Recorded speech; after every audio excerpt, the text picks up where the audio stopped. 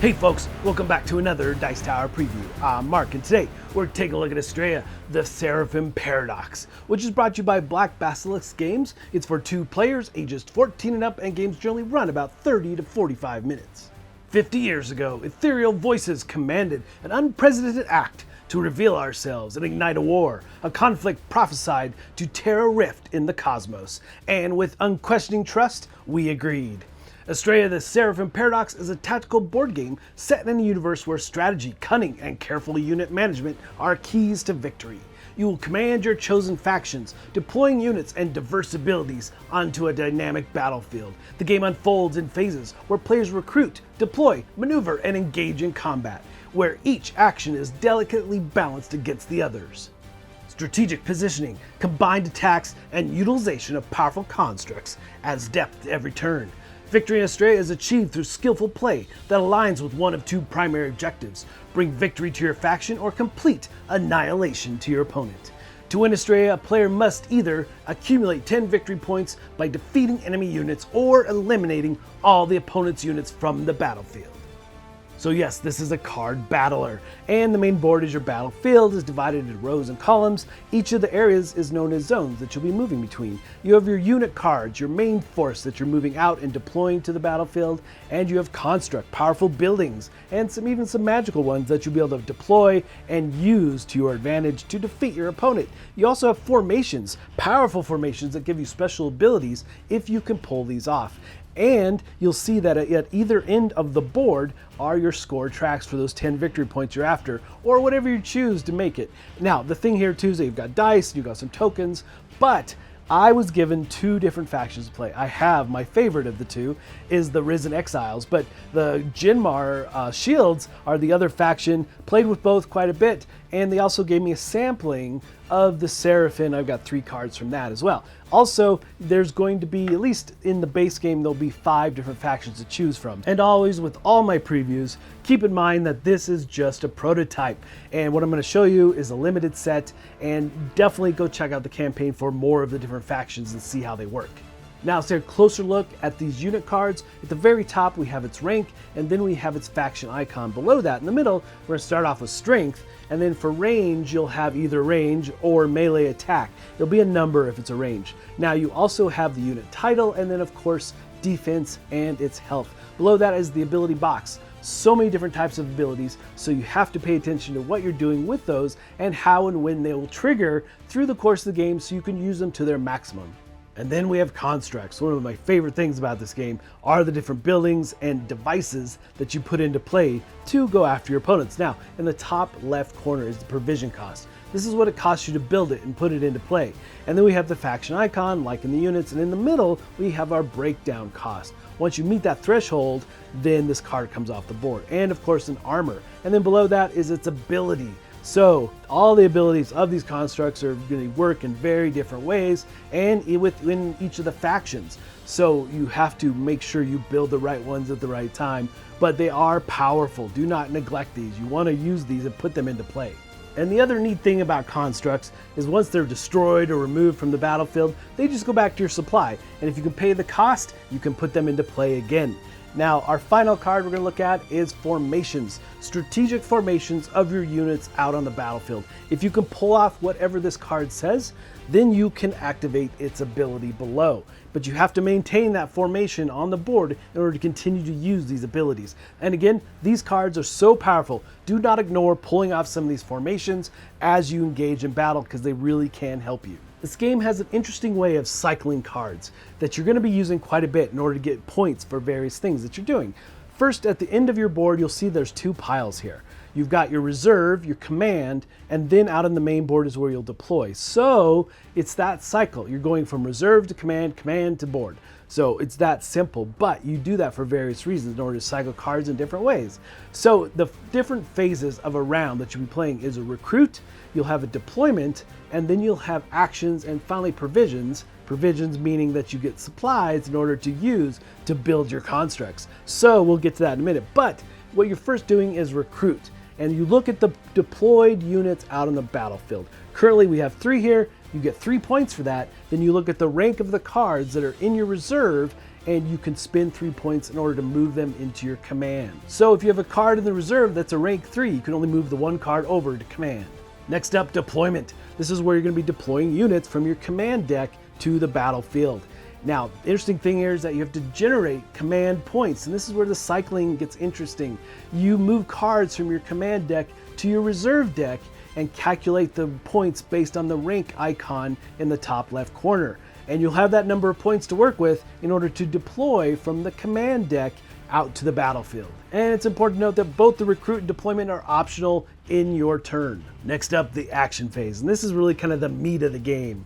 And here you need to generate action points. So this is based on your command cards. For every card you have in your command, you'll get 2 action points. And the main things you're going to be spending this on are movement, attacking, and activating abilities of the cards. So movement's very straightforward. You spend 1 point for each movement that you do. So you can move orthogonally, moving forward to the side or the back, and moving ever closer to your opponents in order to position yourself to attack. And when you do attack, you're using melee, you're adjacent to someone, or you're using your ranged attacks, which can just count zones. So it doesn't have to be within straight lines and things like that, but you'll count the number of zones. If you can meet it, then you hit that unit at that range. So it's that simple. But you're going to be rolling dice based on the strength of your unit. And these are custom dice. They only have 1s and 2s and blanks on them. So you'll be rolling a number of dice based on your strength, and whatever that total is, that's the number of damage you're going to be doing to your opponent. Now, if your opponent has shields or armor, you deduct that and they'll take the rest in wounds.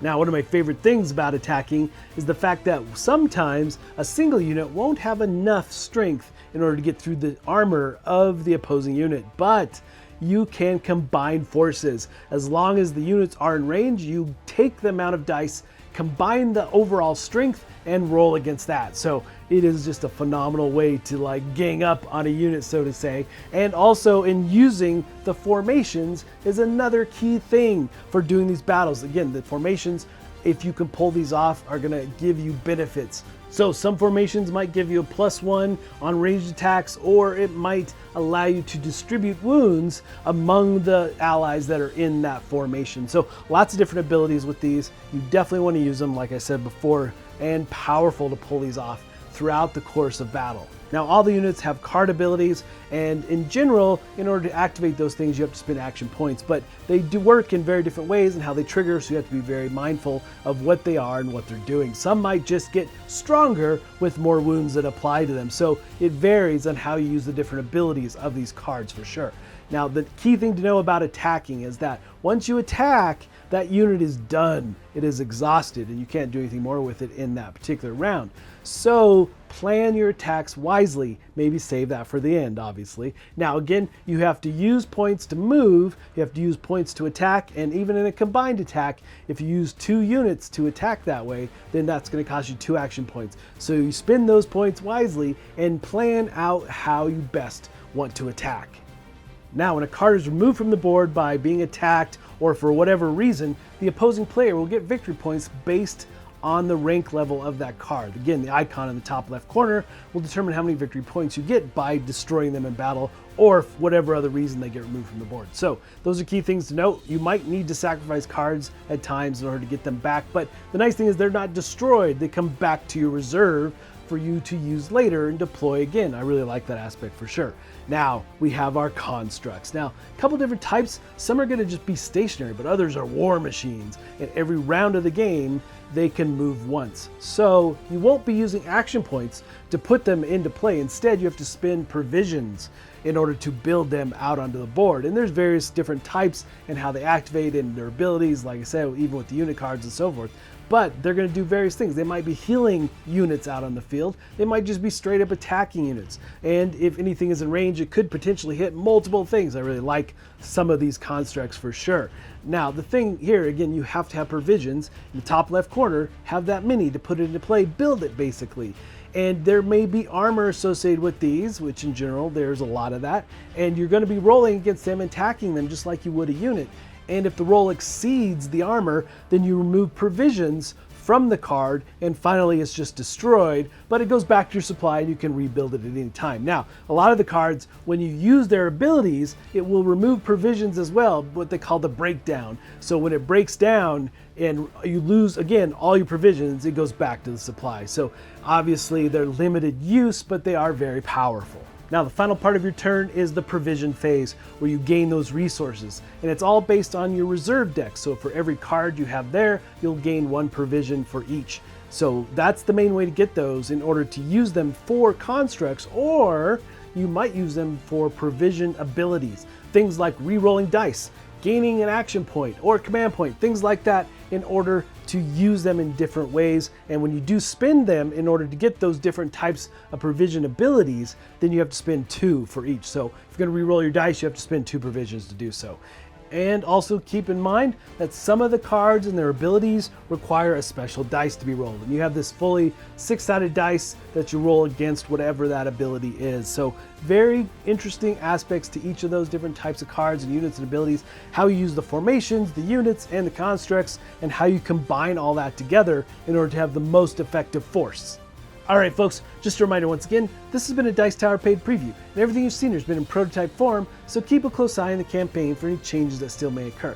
Now, with that said, I really enjoyed these 2 factions, but I'm looking forward to trying some of the others, because they work and act so differently out on the battlefield and their constructs. Constructs are one of my favorite things about this game, absolutely. And how the formations come into play, combining your forces to battle, really fun aspects. A lot of quick play in this one, especially after you learn the rules. It really becomes intuitive as you battle back and forth. But folks, ultimately, if this looks like something of interest to you, I'm sure they'd appreciate your support. So I think that's it for me, and until next time, we'll see you at the table.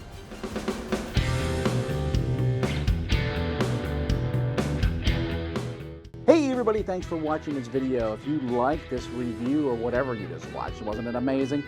Check out our channel, Dice Tower. We have all kinds of things. We review games, we do top 10s, we play games live. It's all about board games, but especially the people who play them. Check out Dice Tower YouTube channel.